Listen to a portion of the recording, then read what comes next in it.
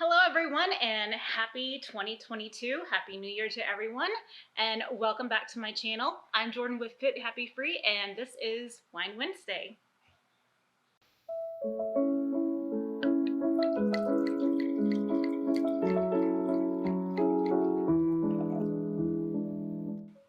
So for today's wine, I have it's a Pinot Noir. My parents got this for me when they were here in Texas.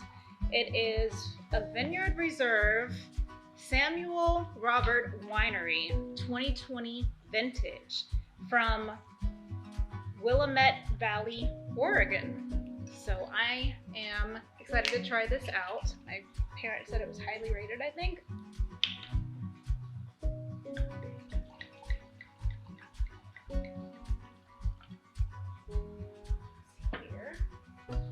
I am on the couch and I have animals.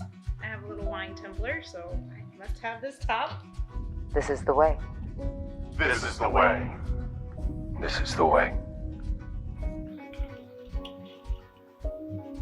Although I probably should have smelled it before I put the top on because that's a big part of wine tasting.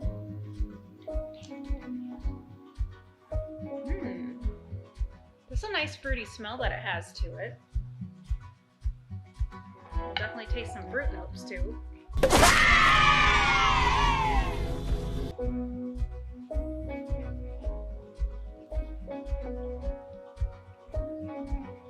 Oh wow. Okay, so I definitely taste a bit of peppery taste to it, like a little black pepper in it, in the back notes. But it is kind of fruit forward. Okay, I was gonna say raspberry, yes. Okay, so it says smell and taste. Violets, raspberry, and dark spice. Elegant, full-bodied, and complex. Richly structured. And also, this is kind of cool. It says pairing, conversation, quiet time, or wild salmon or filet mignon. Definitely pair this with some nice quiet time.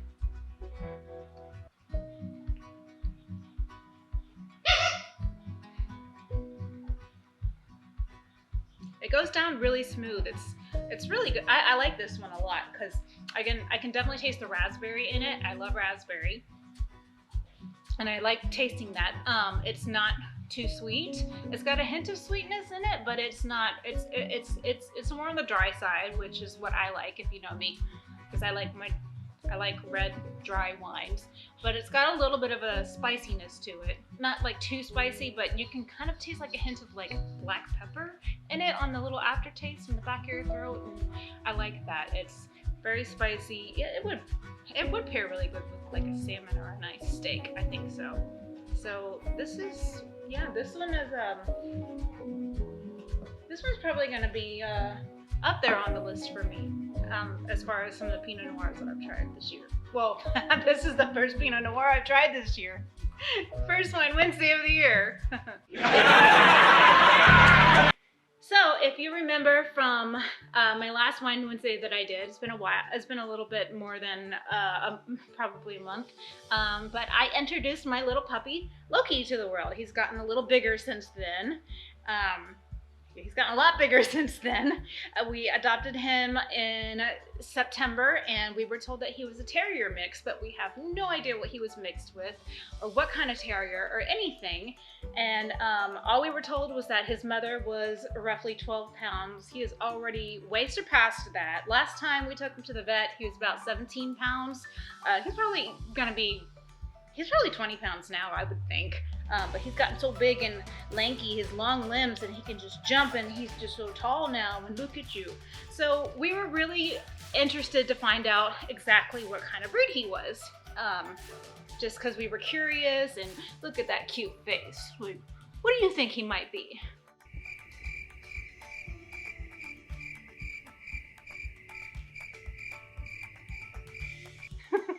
So some of the speculations, there he goes.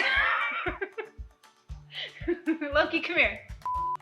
So some of these speculations that we've gotten, Jack Russell. A lot of people have said Jack Russell because of his color, his coloring, and just his ears, kind of his build, but not fully Jack Russell. If you see all his spots and his freckles, and look at that spotted belly. He had no spots when we got him, but all he's got all these spots on his belly now. All his freckles and everything. Some people have asked, I've had a few people ask if he was mixed with healer, blue healer or red healer. I've had a couple say beagle because of his face. He's got like a little beagle face. And so, we just don't know. He could be anything. So we got the Embark DNA test from EmbarkVet.com. And it was a pretty easy test to do. All we had to do was hold the swab in his mouth for like 30 seconds, I think it was, and then send it off and then wait for our results. And we now got our results, and I am so excited to see what they are. So they give you this little game at first. It says you can guess his breed. So I'm gonna do this little game. Start breed game. Does Loki's breed mix include miniature pinscher? True or false? I'm gonna say false. False. No noticeable traces of miniature pinscher DNA in Loki. Next. Does Loki's breed mix include Chihuahua? I almost said Chihuahua. See, I would say no. I bet maybe, like, because maybe his mom had some Chihuahua in him or something. Because he could be, because he's small, but he's not very barky. He doesn't bark a whole lot. He's not yappy. He's active, but he just doesn't seem like too much like a Chihuahua. I'll just say false. True. Loki has 22% Chihuahua. Maybe this helps explain a little why he looks or acts the way he does.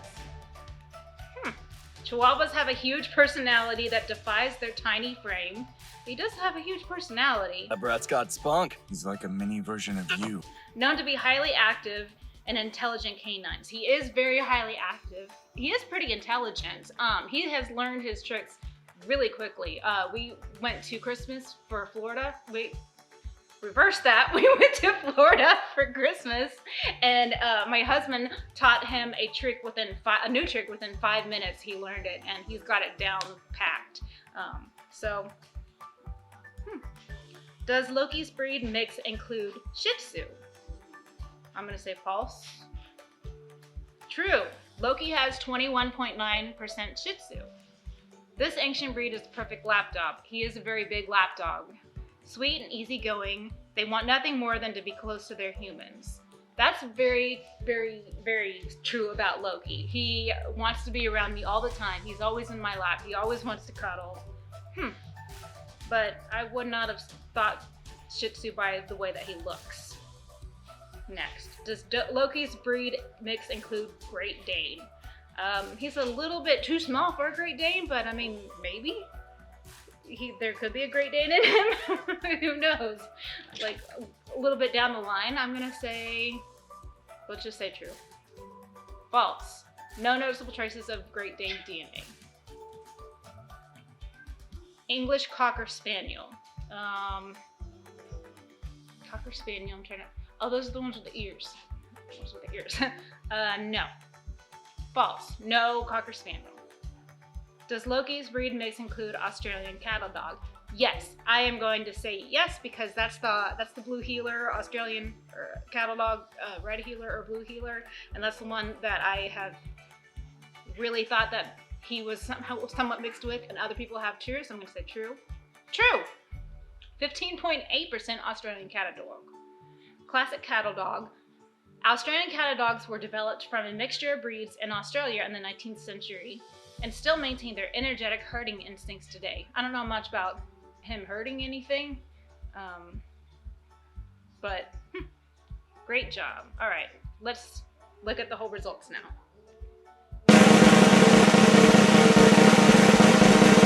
Wow, a lot of stuff I didn't expect. The biggest percentage is Chihuahua. What? 22.0% Chihuahua. Wow. 21.9% Shih Tzu. 15.8% Australian cattle dog, 11.9% American Eskimo dog, 7.6% Dalmatian. Anita, darling! I can kind of see that with his lankiness and all the spots on his belly. 7.3% German Shepherd. I don't really see that in him at all, but maybe that's why he gets along with his German Shepherd friend so well. 5% Weimaraner. Maybe. 8.5% Super Mutt. Super Mutt. Some dogs descend from other dogs that were themselves a mixed breed. Those other dogs can give small contributions to the ancestry to your dog, so small that they are no longer recognizable as any one particular breed. We call this portion unresolved or super mutt since it confers superpowers. Just kidding, but we do think super mutts really are super. Well, he's not just a regular mutt, he's a super mutt. I like that. So yeah, it was a little bit, that's kind of surprising. It says, there may be, super mutt, there may be small amounts of DNA from these distant ancestors, Chow Chow and Poodle. I can't think of what a Chow Chow looks like on the top of my head right now, but Poodle, maybe. Then again, I don't see any Shih Tzu in him.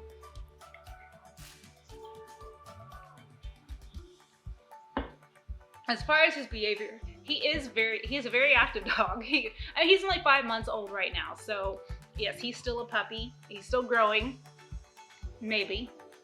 He might be as big as he's gonna get, I think, right now.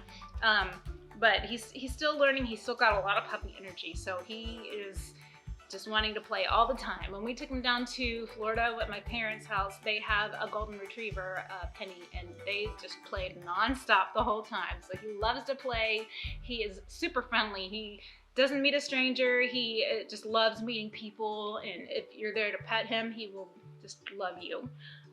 He's been such a joy to have. He's very smart. He learns his tricks really quickly, and he knows his commands. So when we tell him to go to his crate, we say, go to your ROOM, and he goes there straight away. We have a doggy doorbell that he rings to go outside. He's a little too good at that sometimes, because sometimes he rings that and he just wants to go outside to play or...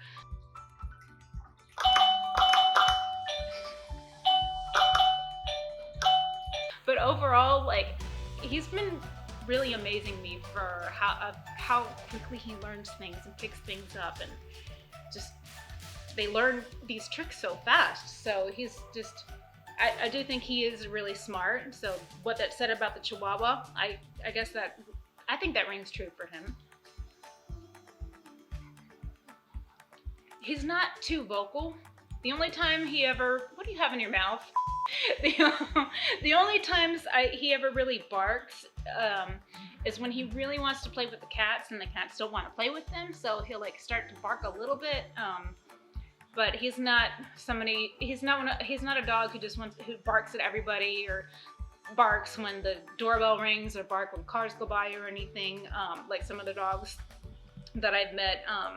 He doesn't bark a whole lot, just when he's like super excited and really wants to play, or every once in a while, like once in a blue moon, if I go out and I take him out back, if the neighbor's dog is out there, he'll bark a little bit because he can't see her or him, what kind of dog it is, but he can't see the dog, so he starts barking.